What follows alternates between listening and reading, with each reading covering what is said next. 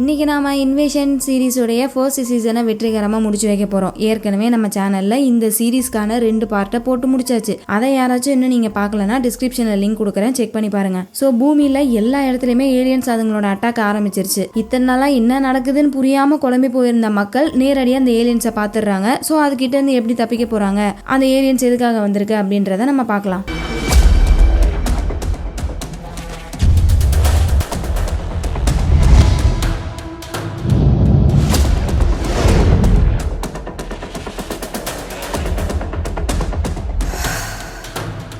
ஸ்டார்டிங்லேயே ட்ரெவரை காமிக்கிறாங்க. அங்கேருந்து அவரோட வீட்டுக்கு போகலாமேன்னு போயிட்டு இருந்தா வழியில ஒரு ட்ரக் வெடிச்சு போயிருக்கு. பக்கத்துல வேற ஒரு ஏலியன் செத்து போய் கிடக்கு. அதை ஆராய்ச்சி பண்ணிக்கிட்டு இருக்கும் போது இன்னும் ஏதோ சவுண்டு கேக்குது. ஒருவேளை இன்னொரு ஏலியனா இருக்குமோ அப்படின்னு சொல்லிட்டு பொறுமையா போயிட்டு பார்த்தா அங்க இருக்கிறது ஒரு ஃபேமிலி. அவங்க இந்த இடத்த விட்டு தப்பிச்சு போய்கிட்டு இருக்காங்க போல. இங்க இருக்கக்கூடிய பிளேன்ஸ் எல்லாமே வெடிச்சிருச்சு. ஒரு 200 மைல் தள்ளி போனோம்னா அங்க ஒரு ஏர்போர்ட் இருக்கு. அங்க இருக்கிற பிளேன்ல எஸ்கேப் ஆகி போயிடலாம் அப்படின்னு சொல்லிட்டு நம்ம ட்ரெவருக்கு சாப்பிடுறதுக்கு பண்ணு மாதிரி கொஞ்சம் கொடுக்குறாங்க. அவங்க நம்ம ட்ரெவருக்கு ஹெல்ப் பண்ணதுனால ட்ரெவரும் அவங்களுக்கு ஹெல்ப் பண்றாரு. அந்த ஃபேமிலியை கூப்பிட்டுக்கிட்டு ஏர்போர்ட்டுக்கு போறாரு. அங்க போனா கொஞ்சம் பேர் தான் இருக்காங்க. எல்லாருமே அந்த பிளேன்ல காப்பாத்தி கூப்பிட்டு போலாம். ஆனா அங்க இருக்க சோல்ஜர்ஸ் யாரும் அப்படி விட மாட்டாங்க. காசு இருந்தா மட்டும்தான் உள்ள ஏற முடியும் அப்படின்னு சொல்லிட்டு பிளேன்ல ஏறினவங்க கிட்டயும் கையில இருக்க காசெல்லாம் வழிச்சு வாங்கிட்டு இருக்காங்க. இதெல்லாம் நம்ம ட்ரெவரையும் அந்த ஃபேமிலியையும் வேற விட மாட்டாங்களா. சோ ட்ரெவர் என்ன பண்றாரு, கையில இருக்க கன்னை பாக்குறாரு. அது ஒரு 10,000 ரூபாய்க்கு போகும். இந்த கன்னை வச்சுக்கிட்டே எங்க எல்லாரையும் உள்ள விடுங்க அப்படின்னு சொல்லிட்டு டீல் பேச அவங்களும் சரின்னு சொல்லிட்டு அந்த கன்னை வாங்கிக்கிட்டு இவங்கள பிளேனுக்குள்ள ஏத்திக்கிறாங்க. அந்த பிளேனும் லண்டன்ல வந்து லேண்ட் ஆகுது. ஆனா நம்ம ட்ரெவரோடைய வீடு இங்க கிடையாது, இன்னும் கொஞ்சம் தூரம் தள்ளி போகணும் போல இருக்கு. சோ அடுத்த பிளேன் எப்ப எடுப்பீங்க அப்படின்னு சொல்லிட்டு கேட்டா, பிளேனா அதெல்லாம் எடுக்க மாட்டோம், இதுதான் கடைசி பிளேன், இதுக்கப்புறம் எந்த பிளேனும் பறக்காது அப்படின்னு சொல்லிட்டு போயிடுறாங்க. இன்னொரு பக்கம் கேஸ்பரை காமிக்கிறாங்க. ஒரு 5 பேர் ஊரை நோக்கி நடந்து வந்தாங்களே, ஒரு வழியா ஊருக்குள்ள வந்துடுறாங்க. ஆனா அங்க ஒரு காக்கா கூட இல்ல. போன் வேற வேலை செய்ய மாட்டேங்குது, வீட்டுக்கு கால் பண்ண முடியல. அப்போ அந்த சைடு ஒரு கார் வேகமா வந்துகிட்டு இருக்கு. அந்த காரை நிறுத்தி ஹெல்ப் கேக்குறாங்க. கார்ல இருந்த பொண்ணும் செமையா பயந்து போயிருக்கா. ஏன்னா இவளோட ஃபேமிலி எல்லாத்தையுமே அந்த ஏலியன் சாவடிச்சிருச்சு புள்ள. இவங்க மட்டும் தான் எப்படியோ தப்பிச்சு வந்திருக்காங்க. இப்படி பதட்டமா பேசிக்கிட்டு இருக்க அந்த பொண்ணை பார்த்துட்டு நம்ம பசங்க எல்லாரும், ஏன் அக்கா அப்படி பயந்துகிட்டு இருக்கீங்க, டெரரிஸ்ட் அட்டாக் தானே நடக்குது, சோல்ஜர்ஸ் பாத்துப்பாங்க அப்படின்னு சொல்லிட்டு இவங்க சொல்லிக்கிட்டு இருக்காங்களா. இந்த அக்காக்கா ஷாக் ஆகுது. இன்னது டெரரிஸ்டா, அடா பாவீங்களா, உங்களுக்கு விஷயமே தெரியாதா, பிரசிடென்ட்டே லைவ்ல சொல்லிட்டாங்கடா நம்ம பூமிக்கு ஏலியன்ஸ் வந்திருக்கு அப்படின்னு சொல்லிட்டு எல்லா உண்மையுமே சொல்ல இப்பதான் நம்ம பசங்களுக்கு ஊருக்குள்ள ஏலியன்ஸ் இருக்குன்றதே தெரியுது. அப்படியே கொஞ்சம் யூ டர்ன் போட்டு லண்டன்ல மட்டும் எங்களை டிராப் பண்ணிட்டு போயிடுங்களேன், எங்க அம்மா அப்பாலாம் எங்க இருக்காங்கன்னு தெரியல, நாங்க மட்டும் தான் தனியா இருக்கோம் அப்படின்னு சொல்லிட்டு இவங்க எல்லாரும் கொஞ்சம் பாவமா மூஞ்ச வச்சுட்டு கேட்க அந்த அக்காவும் சரி வாங்க அப்படின்னு சொல்லிட்டு போற போக்குல லண்டன்ல டிராப் பண்ணிட்டு போறாங்க. அங்கேயும் பார்த்தா ஊரு ஜில்லோன்னு இருக்கு, யாரையுமே காணோம். அப்புறம் நம்ம பசங்க எல்லாரும் ஸ்பிளிட் ஆயிடுறாங்க. நாங்கெல்லாம் எங்க வீட்டுக்கு போறோம், நீங்க எல்லாரும் பத்திரமா போங்க அப்படின்னு சொல்லிட்டு இந்த புள்ளி பையன் நம்ம கேஸ்பர் கிட்ட வந்துட்டு மணிப்புலாம் கேட்டு போறான். இப்போ கேஸ்பர் கூட ஒரு பொண்ணு இருந்தால, அவளோட பேரு ஜமீலா. அவங்க 2 பேரும் தான் கேஸ்பரோட வீட்டுக்கு போக போறாங்க. ஆனா ஊரு ஃபுல்லா புகை மண்டலமா இருக்கு. இதுல இவங்க 2 பேரும் என்ன பண்ண போறாங்கன்னு தெரியல. அப்படி நடந்து போய்கிட்டு இருக்கும் போது ஜமீலா கேஸ்பர் கிட்ட கேக்குறா, உனக்கு என்னதான் பிரச்சனை, ஏன் உனக்கு இந்த மாதிரி இருக்கு, ஏன் எப்ப பார்த்தாலும் பதட்டமா இருக்கு அப்படின்னு கேட்கும் போது அப்பதான் கேஸ்பர் சொல்றான், என்னன்னா அவனுக்கு குழந்தையில இருந்தே இந்த வலிப்பு நோய் இருக்கு, அதுக்காக தான் இவனுக்கு மருந்து கொடுத்துக்கிட்டு இருக்காங்க. ஆனா மத்தவங்க கிட்ட இவன் சொல்லாத ஒரு உண்மை இருக்கு. என்னன்னா இவனுக்கு ஒரு வாட்டி வலிப்பு வரும்போதும் அவன் வித்தியாசமான சில விஷயம்ஸ பார்ப்பான். அதுல முக்கியமா இவன் பார்த்தது இப்ப ஏலியன்ஸ் இன்வைட் பண்ணிருக்குங்களே அந்த விஷயத்த அவன் இதுக்கு முன்னாடியே பார்த்திருக்கான். ஆனா இந்த விஷயத்த மத்தவங்க கிட்ட சொன்னா நம்புவாங்களா, சோ யாருக்கிட்டயுமே சொல்லாம மறைச்சிட்டான். எப்பப்பெல்லாம் எனக்கு இந்த மாதிரி வலிப்பு வருதோ அப்பெல்லாம் என்னால இந்த ஏலியன்ஸை பார்க்க முடியுது அப்படின்ற மாதிரி இந்த பையன் சொல்லிக்கிட்டு இருக்க. கரெக்டா அந்த இடத்துக்கு ஒரு ஏலியன் வருது. அப்படியே பக்கத்துல ஒளிஞ்சிக்கிறாங்க. இப்ப வந்த ஏலியன் என்ன பண்ணுது, அதோடைய டென்டக்கலை வச்சு கருப்பு கலர்ல ஏதோ ஒண்ணு பரப்பிக்கிட்டு இருக்கு. அந்த சமயம் பின்னாடி நிறைய சோல்ஜர்ஸ் ஷூட் பண்ற சவுண்ட் கேக்குதா. அந்த சவுண்ட் கேட்டுட்டு இந்த ஏலியன் அந்த பக்கம் போயிடுது. இவங்க இந்த இடத்த விட்டு எஸ்கேப் ஆயிடுறாங்க. நேரா கேஸ்பரோட வீட்டுக்கு போறாங்க. அம்மா எங்க இருக்கிறீங்க, அம்மா இருக்கீங்களா அப்படின்னு சொல்லிட்டு கூப்பிட்டுக்கிட்டே போறான். ஆனா அவங்க அம்மா கிட்ட இருந்து எந்த ரெஸ்பான்ஸும் இல்ல. என்னன்னு பார்த்தா அவங்க அம்மா ஆல்ரெடி இறந்து போயிட்டாங்க. அந்த ஏலியன் கொண்டிருக்கு புள்ள. அந்த ஏலியன் வந்துட்டு போற இடம் எல்லாமே கருப்பு கலர்ல இருக்கு. இவங்க அம்மா இறந்து போயிருக்கிறத பார்த்துட்டு பயங்கரமா கோவப்படுறான். இத்தனை நாள் இந்த விஷயன்ஸ் வரக்கூடாதுன்னு சொல்லிட்டு தான் நான் மாத்திரை போட்டுக்கிட்டு இருந்தேன். ஆனா இதுக்கப்புறம் நான் அந்த விஷயன்ஸை பார்த்து பயப்பட போறது இல்ல. அதுங்க என்னதான் சொல்ல வருதுங்க, எதுக்காக இந்த பூமிக்கு வந்திருக்குங்க நான் கண்டுபிடிச்சு அந்த ஏலியன்ஸை அழிக்காம விட மாட்டேன் அப்படின்னு சொல்லிட்டு பக்கத்துல இருக்க ஹாஸ்பிட்டலுக்கு போறாங்க. அங்க போனா அந்த இடத்துலயும் ஒரு ஏலியன் இருக்கு. குடுகுடுன்னு பக்கத்துல போய் ஒளிஞ்சிக்கிறாங்க. அப்போ அந்த இடத்துல யாரோ பயங்கரமா சரக்கு அடிச்சிட்டு இருக்காங்க. யாருன்னு பார்த்தா நம்ம ட்ரெவர். ஊருக்கு போக முடியல, அந்த விரக்தியில உட்காந்து சரக்கு அடிச்சிட்டு இருக்காரு. நம்ம பசங்க போயிட்டு அவர்கிட்ட ஹெல்ப் கேக்குறாங்க. பக்கத்துல இருக்க ஹாஸ்பிட்டலுக்கு போகணும், நீங்க ஒரு சோல்ஜர் தானே, எங்களுக்கு ஹெல்ப் பண்ண பண்ணுங்களா அப்படின்னு கேட்டா அவர் முடியாதுன்னு சொல்லிடுறாரு. உடனே பசங்க எல்லாத்தையுமே சொல்றாங்க, இவனுக்கு வலிப்பு வந்தா ஏலியன்ஸை பார்க்க முடியும், இவனால மட்டும்தான் ஏலியன்ஸை தடுக்க முடியும் அப்படின்ற மாதிரிலாம் சொன்னா ட்ரெவர் எதையுமே நம்ப மாட்டாரு. உடனே கேஸ்பர் அவன் வரைஞ்ச டிராயிங் எடுத்து காமிக்கிறான், இதை பாருங்க ஏலியன்ஸ் எல்லாம் வரதுக்கு முன்னாடியே நான் அதை வரைஞ்சேன் அப்படின்னு சொல்லிட்டு அந்த டிராயிங்கை கொடுத்தா அதையுமே ட்ரெவர் சந்தேகத்தோட தான் பாத்துக்கிட்டு இருக்காரு. நம்பவே மாட்டாரு. சும்மா ஏதோ ஃபேண்டசி கதையெல்லாம் சொல்லிக்கிட்டு இருக்காங்க அப்படின்னு சொல்லிட்டு ஒரு பேஜா திருப்பிக்கிட்டு இருக்கும் போது ஒரே ஒரு பேப்பரை பார்த்துட்டு அவரு கதி கலங்கி போறாரு. என்னன்னு பார்த்தா இவரு ஷர்ட்ல இருக்கக்கூடிய சிம்பிள் அதை வரைஞ்சு வச்சு நிறைய சோல்ஜர்ஸா அந்த ஏலியன்ஸ் அட்டாக் பண்ற மாதிரி வரைஞ்சு வச்சிருக்கான். அவ்வளவுதான். அதை பார்த்ததுக்கு அப்புறமேட்டு தான் ட்ரெவர் நம்புறாரு. சரி வாங்க ஹாஸ்பிட்டலுக்கு போவோம் அப்படின்னு சொல்லிட்டு அவரு கூப்பிட்டு போக அப்படியே அந்த சீனை கட் பண்ணி மிட்சுக்கியை காமிக்கிறாங்க. அவங்களுக்கு என்னன்னா முராய் இன்னும் சாகல, உயிரோட தான் இருக்காங்க, அவங்கள நம்ம தான் எப்படியாச்சும் காப்பாற்றணும் அப்படின்னு சொல்லிட்டு இப்போ ஒரு பொய் சொல்லிட்டு ஒரு இடத்துக்கு போறாங்க. இந்த ஏலியன்ஸ் எல்லாம் வந்திருக்குல்ல அந்த ப்ராஜெக்டோட சூப்பர்வைசரே நான் தான் அப்படின்னு சொல்லி பொய் சொல்லிட்டு பக்கத்துல இருக்க ஒரு ரேடியோ டெலிஸ்கோப்பை ஆப்ரேட் பண்றதுக்காக போறாங்க. அவங்களும் நீங்க தான் சூப்பர்வைசரா, வாங்க வாங்க அப்படின்னு சொல்லிட்டு பயங்கர மரியாதையோட உள்ள கூட்டு போயிட்டு எல்லா ஆக்சஸையுமே கொடுக்குறாங்க. என்ன பண்ண போறாங்கன்னா இப்போ இவங்க கிட்ட இருக்கிற எல்லா சேட்டலைட்டுமே போச்சு, அந்த ஏலியன்ஸ் டேமேஜ் பண்ணிடுச்சு. ஸோ இப்போ இருக்கிற ஒரே வழி அந்த ஸ்பேஸ் ஷட்டில் இருக்கக்கூடிய டிரான்ஸ்மிட்டர் மட்டும்தான், அதை வச்சு மட்டும்தான் நம்ம முராய் கிட்ட பேச முடியும் அப்படின்னு சொல்லிட்டு அந்த டிரான்ஸ்மிட்டரை கனெக்ட் பண்ண ட்ரை பண்ணிக்கிட்டு இருக்காங்க. அப்போ நம்ம இந்த ரேடியோல எல்லாம் டியூன் பண்றதுக்கு முன்னாடியே ஒரு ஹிஸ்ஸிங் சவுண்ட் கேட்கும்ல, அது மாதிரிதான் மத்த எல்லாருக்கும் கேக்குது. ஆனா நம்ம மிட்சுகி அப்புறம் முராயோட அப்பா இவங்க 2 பேருக்கு மட்டும் ஏதோ ஒரு பேட்டர்ன்ல அந்த ஃப்ரீக்வன்சி பிளே ஆகுற மாதிரி இருக்கு. உடனே அதுல இருக்க பேக்ரவுண்ட் நாய்ஸ் எல்லாத்தையுமே கேன்சல் பண்ணிட்டு கனெக்ஷனை உண்டாக்க ட்ரை பண்றாங்க. அந்த சமயம் அங்க வைக்கப்பட்டிருக்க காஃபி வைப்ரேட் ஆகி அதுவும் ஒரு பேட்டர்னா ஃபார்ம் ஆகுது. போன பார்ட்ல பாத்துருப்போம்ல மண்ணுல ஃபார்ம் ஆயிருக்குமே, அதே மாதிரி இப்ப இந்த காஃபில வந்துகிட்டு இருக்கு. மிட்சுகி ரொம்ப நேரம் ட்ரை பண்ணி பார்த்து டயர்ட் ஆயிடுறாங்க. ஏன்னா இப்ப அவங்களுக்கு கிடைச்சிருக்க பேட்டர்ன் வந்து கம்மியான நம்பர்ல இல்ல, 89 மில்லியன் பேட்டர்ன் கிடைச்சிருக்கு. அதுல ஏதோ ஒரே ஒரு இதை வச்சுதான் அந்த ஸ்பேஸ் ஷட்டில் கூட கனெக்ட் பண்ண முடியும். இதுல எப்படிடா தேடுறதுன்னு சொல்லிட்டு மண்டையை பிச்சுக்கிட்டு இருக்கும் போது கடைசியா ஒரே ஒரு ஃப்ரீக்வன்சி மட்டும் தனியா துண்டா இருக்கு. ஒருவேளை இதுதான் அந்த ஸ்பேஸ் ஷட்டிலா இருக்குமோ அப்படின்னு சொல்லிட்டு கனெக்ட் பண்ணி பாக்குறாங்க. பார்த்தா இவங்க நினைச்சது கரெக்ட் தான், அது நம்ம முராயோடைய ஸ்பேஸ் ஷட்டில். உடனே அந்த ஸ்பேஸ் ஷட்டில் எந்த இடத்துல இருக்குன்ற லொகேஷனை எடுக்கலாமேன்னு சொல்லிட்டு ட்ரை பண்ணா கரெக்டா அந்த சமயம் மத்த அத்தாரிட்டிஸ் எல்லாரும் வந்து பிடிச்சிடுறாங்க. எதுக்காக பிடிச்சிட்டு போறாங்கன்னா இப்ப இந்த கவர்மெண்ட்ஸுக்குமே இருக்கிற ஒரே வழி அந்த ஸ்பேஸ் ஷட்டிலுடைய டிரான்ஸ்மிட்டர் மட்டும்தான், அதை வச்சுதான் ஏலியன்ஸ் கிட்ட பேச முடியும். அதுக்கு நம்ம மிட்சுகியோட ஹெல்ப் தேவை போல இருக்கு. அதனாலதான் இப்ப இவளை பிடிச்சிட்டு போறாங்க. இவளுக்காக கடுப்பாகுது. அட பாவி, நானும் அதை தாண்டா பண்ண ட்ரை பண்ணிட்டு இருந்தேன், கொஞ்ச நேரம் விட்டு இருந்தீங்கன்னா அந்த ஸ்பேஸ் ஷட்டில் எங்க இருக்குதுன்னு நானே கண்டுபிடிச்சிருப்பேன், அதுக்குள்ள இப்படி அநியாயமா தூக்கிட்டு வந்துட்டீங்களே. சரி ஓகே ஒன்னும் பிரச்சனை இல்ல, திரும்பி என்ன விடுங்க,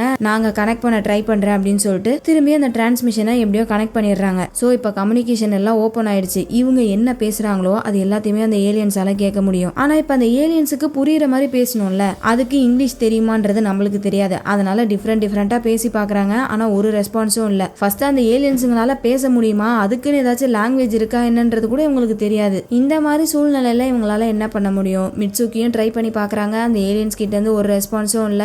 எந்த சயின்டிஸ்டாலையுமே ஒன்னும் பண்ண முடியல. அதனால மிட்சுகி திட்டுத்தனமா என்ன பண்றாங்க, ஏகப்பட்ட ஃபைல்ஸ் வீடியோஸ் எல்லாத்தையுமே அப்லோட் பண்ணி விடுறாங்க. என்ன ஃபைல்ஸ்ன்னு பார்த்தா நம்ம முராயோடைய வீடியோஸ் தான். இதான் சூரியன், மண்ணு, செடி, கொடி அப்படின்னு சொல்லிட்டு சும்மா அவங்க எல்லாத்தையுமே ரெக்கார்ட் பண்ணி வச்சிருந்திருப்பாங்க போல. அது ஒரு ஆயிரக்கணக்கான போட்டோஸ் வீடியோஸ் இருந்திருக்கும். அது எல்லாத்தையுமே அப்படியே கொத்தா அங்க ஸ்பேஸ் ஷட்டிலுக்கு அனுப்பி விட்டுறாங்க. இதை பார்த்தாச்சு ஏலியன்ஸ் ஏதாச்சும் கம்யூனிகேட் பண்ணுதான்னு பார்க்கலாமேன்னு சொல்லிட்டு தான் இந்த மாதிரி பண்றாங்க. ஆனா இது ஆபத்துல கூட போய் முடியறதுக்கு வாய்ப்பு இருக்கு. ஏன்னா இந்த மாதிரி எல்லா டீடைல்ஸும் தெரிஞ்சிருச்சுன்னா அந்த ஏலியன்ஸுக்கு நம்மளோட வீக்னஸ் எல்லாமே தெரிஞ்சிடும். அதனால உடனே ஹெட் வந்துட்டு அந்த ஃபைலை அப்லோட் பண்றதை கேன்சல் பண்ண சொல்றாரு. பட் அது டூ லேட். ஏற்கனவே அது 100% கம்ப்ளீட் ஆயிடுச்சு. ஃபைல்ஸ் எல்லாமே அந்த ஸ்பேஸ் ஷட்டிலுக்கு போயிடுச்சு. சரி என்னதான் ஆகுதுன்னு பாப்போமேன்னு சொல்லிட்டு வெயிட் பண்ணிட்டு இருக்காங்க. கொஞ்ச நேரத்துல ஏதோ ஒரு சிக்னல் கிடைக்குது. என்னன்னு பார்த்தா வந்திருக்க சிக்னல்ல ஒரு வாய்ஸ் கேக்குது. அந்த வாய்ஸுமே வாஜோ வாஜோ அப்படின்னு தான் சொல்லிட்டு இருக்கு. உடனே மிட்சுகி ஓடி போயிட்டு முராய் நீ தானே அது அப்படின்னு சொல்லிட்டு கேட்டுட்டு இருக்காங்க. அப்படியே லைட்டா சீன் கட் ஆகி இவங்க 2 பேரும் சந்தோஷமா இருந்த நாட்கள் எல்லாத்தையுமே நினைச்சு பார்த்துட்டு இருக்காங்க. ஒருவேளை மிட்சுகி தான் இது எல்லாத்தையுமே நினைச்சு பாக்குறாங்கன்னு பார்த்தா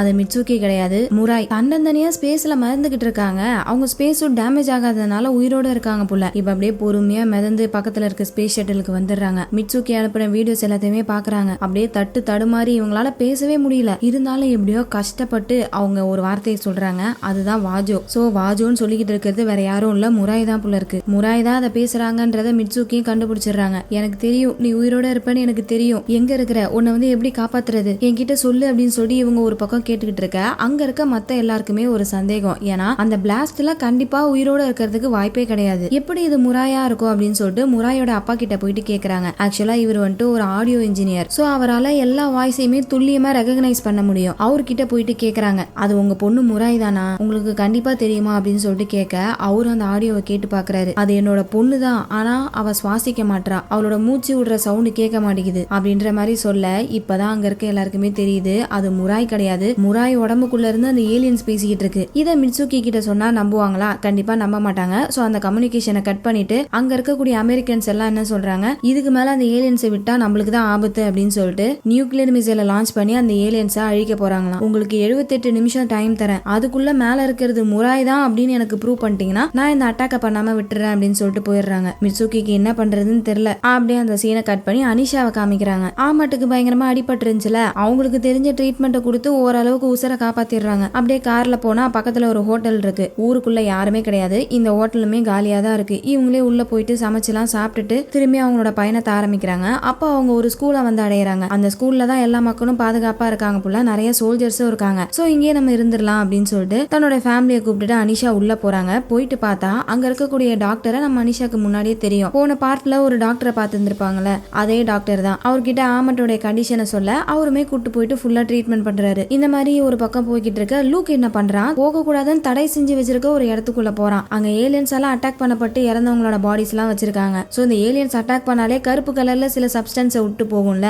அது எல்லாத்தையுமே இந்த பையன் ஆச்சரியமா பாத்துக்கிட்டு இருக்கான். அது கூடவே அவன் கையில அந்த வித்தியாசமான பொருளையும் வச்சிருக்கான். இப்ப அந்த பொருளை வச்சுக்கிட்டே அந்த டெட் பாடிஸை பார்த்துட்டு இருக்கும் போது இந்த பொருளுக்கு ஏத்த மாதிரி அந்த பாடிஸ் மேல இருக்கக்கூடிய கருப்பு கலர் விஷயங்கள் எல்லாமே ரியாக்ட் ஆகுது. இதை அங்க இருக்க எல்லாருமே பார்த்துட்டு அந்த பொருளை வச்சு ரிசர்ச் பண்ண ஆரம்பிக்கிறாங்க. அனிஷா வேற இதை வச்சுதான் ஒரு ஏலியனை சாவடிச்சிருப்பாங்கல்ல, அதனால இதுதான் அதோடைய வீக்னஸா இருக்குமோ அப்படின்னு சொல்லிட்டு அந்த பொருளை ரிசர்ச் பண்ணி அதை ஒரு லிக்விடா உருவாக்கி அந்த கருப்பு கலர் ஏலியன் இது மேல ஊத்துறாங்க. பார்த்தா அந்த கருப்பு கலர் எல்லாமே தடையுமே இல்லாம அழிஞ்சு போயிடுது. சோ இதை வச்சு மட்டும்தான் அந்த ஏலியன்ஸை அழிக்க முடியும் போல. சுட்டாலும் சாவ மாட்டேங்குதுங்க, குத்தினாலும் சாவ மாட்டேங்குதுங்க, இந்த ஒரு பீஸை வச்சு மட்டும்தான் அந்த ஏலியன்ஸை சாவடிக்க முடியும் அப்படின்னு சொல்லிட்டு நம்ம அனிஷா கிட்டே ஹெல்ப் கேட்கறாங்க. ஏன்னா இவங்க தான் ஒரு ஏலியனை சாவடிச்சிருக்காங்க. சோ உங்களோட ஹெல்ப் எங்களுக்கு கண்டிப்பா தேவைப்படுது அப்படின்னு சொல்லிட்டு அனிஷாவை பென்டகனுக்கு கூட்டு போறாங்க. கூடவே ஃபேமிலியும் கூட்டு போறாங்க. அப்படி போய்கிட்டு இருக்கும் போது சாதாரண பொதுமக்கள்லாம் அட்டாக் பண்ண ஆரம்பிக்கிறாங்க. சோல்ஜர்ஸ் எல்லாம் எதிர்க்கிற கூட்டம்னு ஒரு மக்கள் சேர்ந்திருப்பாங்க. அவங்க எல்லாரும் அட்டாக் பண்ண ஆரம்பிக்க அந்த வண்டி அப்படியே கவுந்துருது. அனிஷா அவங்க ஃபேமிலியை கூப்பிட்டு காட்டுக்குள்ள ஓட ஆரம்பிக்கிறாங்க. இவங்க சோல்ஜர்ஸ் எல்லாருமே சாவடிச்சுட்டு அனிஷாவை தான் தேடிட்டு இருக்காங்க. அப்ப ஆமட் என்ன பண்றாரு, இங்க இருந்து போங்க, நான் அவங்கள பாத்துக்கிறேன் அப்படின்னு சொல்லிட்டு அனிஷாவையும் பசங்களையும் ஒரு பக்கம் அனுப்பி விட்டுட்டு இவர் வாலண்டரியா போய் மாட்டிக்கிறாரு. அவங்களும் கொஞ்ச நேரம் கேட்டு பாக்குறாங்க, அந்த பொண்ணுங்க எங்க,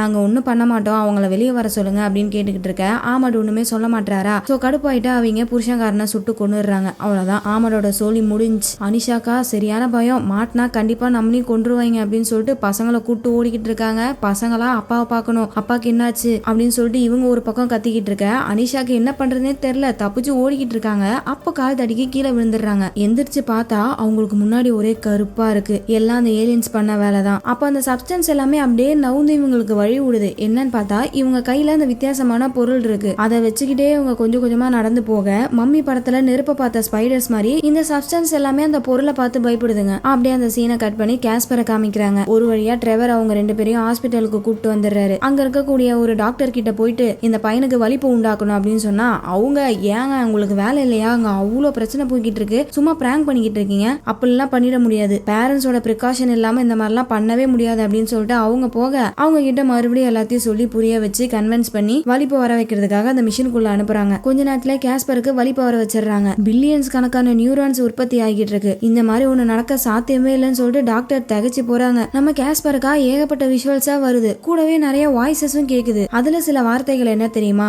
மிட்சுகி, வாஜோ, இந்த மாதிரி வார்த்தைகள் எல்லாம் கேக்குது. எப்படா இவனுக்கு மிட்சுகியோட பேரு அந்த வாஜோ அதெல்லாம் கேக்குது அப்படின்னு பார்த்தா ஏலியன்ஸ் பாக்குற விஷயங்கள் எல்லாமே நம்ம கேஸ்பராலையும் பார்க்க முடியுது. இப்ப கூட கொஞ்ச நேரத்துக்கு முன்னாடி மிட்சுகி முராய் கிட்ட பேசிட்டு இருந்தாங்களா, அந்த விஷுவல்ஸ் கூட நம்ம கேஸ்பருக்கு வருது. இது எல்லாமே அவனோட மண்டக்குள்ள ஓடிக்கிட்டு இருக்க. ஒரு கட்டத்துல அதுல இருந்து எந்திரிச்சு அதுங்க வந்துருச்சு, இந்த இடத்துக்கும் வந்துருச்சு அப்படின்னு கத்துறான். என்னன்னு பார்த்தா வெளியே இந்த பில்டிங்கை நோக்கி வேகமா ஒரு ஏலியன் வந்துகிட்டு இருக்கு. அவ்வளவுதான், எல்லாரும் தெரிச்சு ஓட ஆரம்பிக்கிறாங்க. கேஸ்பருக்கு அந்த ஏலியன் எங்க வந்துகிட்டு இருக்குன்னு நல்லாவே தெரியுது. சோ அது வர வழியெல்லாம் அவாய்ட் பண்ணிட்டு வேற வழியா ஓடிக்கிட்டு இருக்காங்க. ஆனா அப்பயுமே அந்த ஏலியன் கிட்ட மாட்டிக்கிறாங்க. ட்ரெவர் அவங்க ரெண்டு பேரையும் ஒரு ரூம்ல லாக் பண்ணிட்டு சுட்டு பாக்குறாரு, ஒண்ணுமே ஆகல. பக்கத்துல ஒரு ஆக்சிஜன் டேங்க் இருக்கு. உடனே அதை எடுத்து ஷூட் பண்றாரு. அது மூலியமா நெருப்பை உண்டாக்கி எப்படியோ வெற்றிகரமா அந்த ஏலியனை சாவடிச்சிடுறாரு. அப்படியே பக்கத்துல பார்த்தா இன்னொரு ஏலியன் வந்திருக்கு, டபுள்ஸா வந்திருக்கும் போல. ஆனா அது நம்ம ட்ரெவர் அட்டாக் பண்ணாம நேரா கேஸ்பரை நோக்கி தான் போகுது. சோ அந்த ஏலியன்ஸுக்கு இப்ப நம்ம கேஸ்பர் தான் தேவை. கேஸ்பரை துரத்த ஆரம்பிக்க மறுபடியும் அவங்க ஓட ஆரம்பிக்கிறாங்க. ஆனா அந்த இடத்துக்கு ஒண்ணுக்கும் மேற்பட்ட ஏலியன்ஸ் வந்திருக்கும் போல. எல்லாமே உங்களை சுத்தி வளைச்சிருது. கேஸ்பருக்கு வேற பயங்கரமா தலைவலி ஏற்படுது. ஏன்னா அந்த ஏலியன்ஸ் எல்லாமே நம்ம கேஸ்பர் மண்டையை கண்ட்ரோல் பண்ணுதுங்க. சோ இப்ப எப்படி அந்த ஏலியன்ஸ் ஏலியன்ஸால நம்ம கேஸ்பரை கண்ட்ரோல் பண்ண முடியுதோ அதே மாதிரி கேஸ்பராலையும் அந்த ஏலியன்ஸோட மண்டைக்குள்ள போக முடியும். அதை வச்சு அந்த ஏலியன்ஸை கண்ட்ரோல் பண்ண ட்ரை பண்றான். நிறுத்துங்க அப்படியே நில்லுங்க அப்படின்னு சொல்லிட்டு இவன் பயங்கர கஷ்டப்பட்டு அந்த ஏலியன்ஸை கண்ட்ரோல் பண்ண ஒரு கட்டத்துல அந்த ஏலியன்ஸ் எல்லாமே அப்படியே ஃப்ரீஸ் ஆகி நின்றுது. ஆனா கேஸ்பர் பயங்கர டயர்ட் ஆயிடுறான். டிரைவர் அவனை தூக்கிட்டு வெளியே வராரு. சரி சாதாரணமா மயங்கி இருக்கான் அப்படின்னு பார்த்தா பேச்சு மூச்சே இல்ல. அதே சமயம் இன்னொரு பக்கம் மிட்சுகி இடத்துல என்ன நடக்குதுன்னா அவங்களுக்கு கொடுக்கப்பட்ட டைம் முடிஞ்சு போயிடுச்சு. சோ அமெரிக்கன்ஸ் எல்லாரும் என்ன பண்றாங்க, நியூக்ளியர் மிசைலை லான்ச் பண்ணிடுறாங்க. இவ வேண்டாம், இந்த மாதிரி பண்ணீங்கன்னா முராய் செத்துருவா, நீங்க இந்த மாதிரி பண்ணாதீங்க அப்படின்னு எவ்வளவோ தடுக்க ட்ரை பண்றா. பட் அவங்களுக்கு இந்த ஒரு உயிரை தவிர பில்லியன்ஸ் கணக்கான மக்களை காப்பாற்றணும். அதனால வேற வழி இல்லாம நியூக்ளியர் மிசைலை லான்ச் பண்ண அதுவும் மேல போயிட்டு அந்த ஏலியன் ஷிப்பை தாக்குது. அவ்வளவுதான். அப்படியே அந்த ஏலியன் ஷிப் உடஞ்சி கீழே விழ ஆரம்பிக்க கரெக்டா அதே சமயம் தான் நம்ம கேஸ்பருக்கும் பேச்சு மூச்சு இல்லாம கீழே விழுந்துடுறான். தூக்கிட்டு ஓடுறாங்க டாக்டர் கிட்ட. அவங்களும் ஃபுல்லா செக்அப் பண்ணி பார்த்துட்டு அவ்வளவுதான்ப்பா, ஒன்னும் பண்ண முடியாது, அவன் ஆல்ரெடி இறந்துட்டான் அப்படின்னு சொல்லிடுறாங்க. டிரைவருக்கு அப்படியே ஒரு நிமிஷம் இதயமே நின்னு போயிடுது. வெளியே வராரு. ஆனா அங்க இருக்க மக்கள் எல்லாம் ஏதோ நியூ இயர் மாதிரி என்ஜாய் பண்ணிட்டு இருக்காங்க. ஏலியன்ஸ் மேல தாக்குதல் நடத்தினாங்களே, அதனால பூமியில இருக்கக்கூடிய எல்லா ஏலியன்ஸுமே செத்து போயிடுச்சு. சோ அதை ஒரு பண்டிகை மாதிரி கொண்டாடிக்கிட்டு இருக்காங்க. செத்து போன ஏலியன்ஸ் அடிக்கிறது என்ன, சரக்கு அடிக்கிறது என்ன, பயங்கரமா என்ஜாய் பண்ணிட்டு இருக்காங்க. இந்த மாதிரி உலகத்துல ஒரு மூலையிலையும் செலிப்ரேஷன் போய்கிட்டு இருக்க ஒருத்தவங்க மட்டும் பயங்கர சோகமா இருக்காங்க. அது வேற யாரும் இல்ல, நம்ம ஜமீலா. இப்போதைக்கு கேஸ்பர் மூச்சு விட்டுக்கிட்டு இருக்கான். அதுக்கு காரணம் அந்த மிஷின் தான். ஆல்ரெடி கேஸ்பர் இறந்துட்டான். அந்த மிஷினால மட்டும்தான் அவன் சுவாசிச்சுட்டு இருக்க மாதிரி இருக்கு. டாக்டர்ஸ் கிட்ட எல்லாம் கெஞ்சிரா, எப்படியாச்சும் கேஸ்பரை எந்திரிக்க வைக்க முடியுமா, ஒரே ஒரு வாட்டி அவங்க கிட்ட கடைசியா பேசிக்கிறேனே, கொஞ்சம் ட்ரை பண்ணி பாருங்களா அப்படின்னு எல்லா டாக்டர் கிட்டையும் கேட்கறா. ஆனா அவங்க எல்லாருமே இல்லம்மா, ஆல்ரெடி அவன் இறந்துட்டான், இதுக்கு மேல எவ்வளவு ட்ரை பண்ணாலும் வேஸ்ட், இப்போதைக்கு அவன் மூச்சு விட்டுக்கிட்டு இருக்கிறதே அவன் கிடையாது, வாயில வச்சிருக்க மிஷின்னாலதான் அப்படின்ற மாதிரி அவங்க சொல்ல பயங்கர கஷ்டமா இருக்கு ஜமீலாக்கு. சோ கடைசியா அவன் பக்கத்துல படுத்துக்கிட்டு கேஸ்பரோட கேசட்லயே பாட்டு கேட்டுக்கிட்டு கடைசியா அவனுக்கு குட் பை சொல்லிட்டு வெளியே வராங்க. அப்போ ஜமீலான்னு பின்னாடி யாரோ கத்திக்கிட்டே ஓடி வராங்க. பார்த்தா ஜமீலாவோட அம்மா. ஒரு வழியா அவங்க அம்மாவை கண்டுபிடிச்சிடறா. ரெண்டு பேரும் ஒன்னா சேர்ந்துடுறாங்க. அப்படியே அந்த சீனை கட் பண்ணி அனிஷாவை காமிக்கிறாங்க. அப்பாவை எப்படி நம்ம சாவு விட்டோமே, உங்களாலதான் அப்பா இறந்துட்டாரு, நம்ம போய் காப்பாத்தி இருக்கலாம் அப்படின்னு சொல்லிட்டு லூக் அவங்க அம்மா மேல பயங்கர கோவத்துல இருக்கான். அப்படியே தனியா சோகத்துல நின்னுகிட்டு இருக்கான். அந்த சமயம் வானத்துல பார்த்தா அரோரா லைட்ஸ் மாதிரி கலர் கலரா தெரியுது. இன்னொரு பக்கம் பூமியில கிராஷ் ஆன அந்த ஏலியன் ஷிப்பை காமிக்கிறாங்க. பிரம்மாண்டமா இருக்கு. அதுக்குள்ள ரிசர்ச் பண்றதுக்காக 3 பேர் போறாங்க. அந்த ஷிப்ல கை வச்சோடனே அந்த செவர் எல்லாமே வைப்ரேட் ஆகி நவுறுது. சோ அந்த ஏலியன்ஸ் இன்னும் சாகலன்னு நினைக்கிறேன். இன்னொரு பக்கம் நம்ம டிரைவர், அவரு இத்தனை வருஷம் கழிச்சு தன்னோட பொண்டாட்டிய பார்க்க போறாரு. ஒரு வழியா பொண்டாட்டிய மீட் பண்ணிடுறாரு. ஆனா அவங்க கொஞ்சம் கோவமா இருக்காங்க. ஏன்னா டிரைவர் இவங்க கூட டைம் ஸ்பெண்ட் பண்ணதே கிடையாது, முக்கியமான நேரத்துல கூட இருந்ததே கிடையாது. ஃபர்ஸ்ட் ஒரு வாட்டி பிரெக்னென்ட் ஆயிருப்பாங்க. ஒரு அழகான குழந்தை பிறந்திருக்கும். ஆனா அந்த குழந்தை எதிர்பாராத விதமா இறந்துருச்சு. அந்த சமயம் கூட டிரைவர் இவங்க கூட இருந்தது இல்ல. இப்பயுமே இவங்க பிரெக்னெண்டா இருக்காங்க. இந்த சமயமும் டிரைவர் கூட இல்ல. இந்த மாதிரி ஏலியன்ஸ் அட்டாக் நடந்ததுனாலதான் திரும்பி வந்திருக்காரு. இதனால அவங்க ரொம்ப கோவமா இருக்க. அப்ப நம்ம டிரைவர் சமாதானப்படுத்துறாரு. என்ன நீ இப்படி பேசுற, நான் என்னோட மிலிட்டரி வேலையெல்லாம் விட்டுட்டு ஒரு கடையை ஆரம்பிச்சு உன்னை நல்லா பாத்துக்கலாம்னு நினைச்சா இப்படி பேசுறியே, சரி ஓகே போறேன் போ அப்படின்னு சொல்லிட்டு இவரு கொஞ்சம் கிண்டல் பண்ண அவங்களுக்கு ஒரே சந்தோஷம். இதுக்கப்புறம் என்னை விட்டு போக மாட்டல, என்னை விட்டு எங்கேயும் போக கூடாது, சரி வா நம்ம ஒரு ட்ரிப் போவோம் அப்படின்னு சொல்லிட்டு ஒரு பிக்னிக் மாதிரி பக்கத்துல இருக்க பீச்சுக்கு போறாங்க. அப்போ கேஸ்பர் ஞாபகார்த்தமா கேஸ்பரோட டிராயிங்ஸ் எல்லாத்தையுமே இவர் தான் வச்சிருக்காரு. அது எல்லாத்தையுமே ஒன்னொன்னா எடுத்து பாத்துக்கிட்டு இருக்காரு. ஏகப்பட்ட டிராயிங்ஸ் இருக்கு. அதுல ஒரு டிராயிங் மட்டும் வித்தியாசமா இருக்கு. ஜாப்பனீஸ் லெட்டர் இருக்குல்ல, அதை வச்சே ஒரு டிராயிங் மாதிரி வரைஞ்சிருக்கான். அதுல குறிப்பிட்ட ஒரே ஒரு ஜாப்பனீஸ் லெட்டர் மட்டும் தனியா இருக்கு. இது மட்டும் ஏன் தனியா இருக்கு அப்படின்னு சொல்லிட்டு போன்ல டிரான்ஸ்லேட்டர்ல வச்சு பாக்குறாரு. அந்த வார்த்தை என்னன்னா ஹாசி, அதாவது ஸ்டார்ன்றதுதான் மீனிங். இதுக்கு என்ன அர்த்தம், எதுக்காக இதை வரைஞ்சு வச்சிருக்கான் அப்படின்னு சொல்லிட்டு அவரு குழம்பி போறாரு. ஆனா இந்த இடத்துலதான் நம்மளுக்கு ஒரு கனெக்ஷன் வச்சிருக்காங்க. சோ இந்த ஹாசினா ஒன்னும் இல்ல, முராய் ஒரு ஸ்பேஸ் ஷட்டில்ல போனாங்கல்ல, அந்த ஸ்பேஸ் ஷட்டிலோட பேரு தான் ஹாசி. ஹாசியா ஹோசியா ஏதோ ஒண்ணுங்க, HOSHI. அதை இவர் புரியாம பாத்துட்டு இருக்காரா. அப்போ இவரோட பொண்டாட்டி எதையோ ஒன்ன பாத்துட்டு ஏங்க இங்க வந்து இதை பாருங்களேன் அப்படின்னு கத்துறாங்க. இவரும் என்னன்னு போய் பாக்குறாரு. இன்னொரு பக்கம் மிட்சுகி லேப்டாப் மூலியமா அந்த டெலஸ்கோப்பை கனெக்ட் பண்றாங்க. இப்பயுமே அவங்களுக்கு ஏதோ ஒரு வித்தியாசமான சவுண்ட் கேக்குது. அதை பார்த்து இவங்க ஷாக் ஆகுறாங்க. இன்னொரு பக்கம் நம்ம கேஸ்பர், அவன் தான் செத்துட்டான்ல, போஸ்ட்மார்ட்டம்காக வச்சிருக்காங்க. அப்படியே அந்த பாடியை ஜூம் போயிட்டே இருக்கும் போது டக்குன்னு பார்த்தா நம்ம கேஸ்பர் கண் முழிக்கிறான். ஏதோ ஒரு ட்ரீம் வேர்ல்டு மாதிரி இருக்கு. அதுல நம்ம முராயோட அப்பா வந்துட்டு ஏதோ ஒரு சின்ன கிஃப்ட கேஸ்பருக்கு கொடுக்குறாரு. அவனும் அதை ஓபன் பண்ணி பாக்குறான். உள்ள ஒரு காம்பஸ் இருக்கு. இது முராய்க்கு ரொம்ப ஃபேவரான காம்பஸ். எப்பயுமே அதை அவ கூட தான் வச்சுக்கிட்டு இருப்பாப்புல. அதை இவரு கிஃப்ட் கொடுத்துட்டு போக இவன் ஒண்ணுமே புரியாம பாத்துட்டு இருக்கான். அப்போ இவனுக்கு முன்னாடி தரையில வித்தியாசமா ஜொலிக்குது. ஏலியன்ஸுங்களுக்கு சம்பந்தப்பட்ட ஏதோ விஷயம் மாதிரி இருக்கு. இப்ப அப்படியே சைமன்டேனியஸா அனிஷா, ட்ரெவர், மிட்சுகி இவங்க எல்லாரையும் காமிக்கிறாங்க. எல்லாருமே அதிர்ந்து போய் எதையோ ஒன்ன பாத்துட்டு நிக்கிறாங்க. என்னன்னு பார்த்தா நடு கடல்ல பிரம்மாண்டமான ஒரு ஏலியன் ஷிப் வந்து நிக்குது. அதை தான் இப்படி எல்லாரும் வாய பொழந்து பாத்துட்டு இருக்காங்க. அப்படியே அந்த இடத்துல கட் பண்ணி எபிசோட் முடியுது. இந்த சீரிஸோட ஃபர்ஸ்ட் சீசனும் முடியுது. அப்புறம் என்ன, ஏலியன்ஸ் இவங்க முழுசா சாவடிக்கல, அதை விட பெருசா ஏதோ ஒண்ணு வந்திருக்கு. என்ன ஆகுது அப்படின்றத செகண்ட் சீசன்ல பார்க்கலாம். செகண்ட் சீசன் இப்பதான் ரீசெண்டா ரிலீஸ் பண்ணிருக்காங்க. சோ அதையுமே நம்ம வேகமா பார்த்து முடிச்சிடலாம். அண்ட் ஒரே ஒரு டிஸ்க்ளைமர், ஒருவேளை நான் சொல்ற கதை பிடிக்காம நானே இந்த சீரீஸை போய் பாத்துக்கிறேன் அப்படின்னு சொல்லிட்டு யாராச்சும் போனீங்கன்னா உங்க எல்லாருக்கும் ரெஸ்ட் இன் பீஸ். ஏன் தெரியுமா, இந்த சீரீஸ் படும் மட்டமான டெட் ஸ்லோ. ஸோ இதையும் மீறி நீங்க போய் பார்க்கணும்னு நினைச்சீங்கன்னா உங்க விருப்பம். ஸோ அடுத்த வீடியோல உங்களை மீட் பண்றேன். அது வரைக்கும் tata bye from Tianshi story times.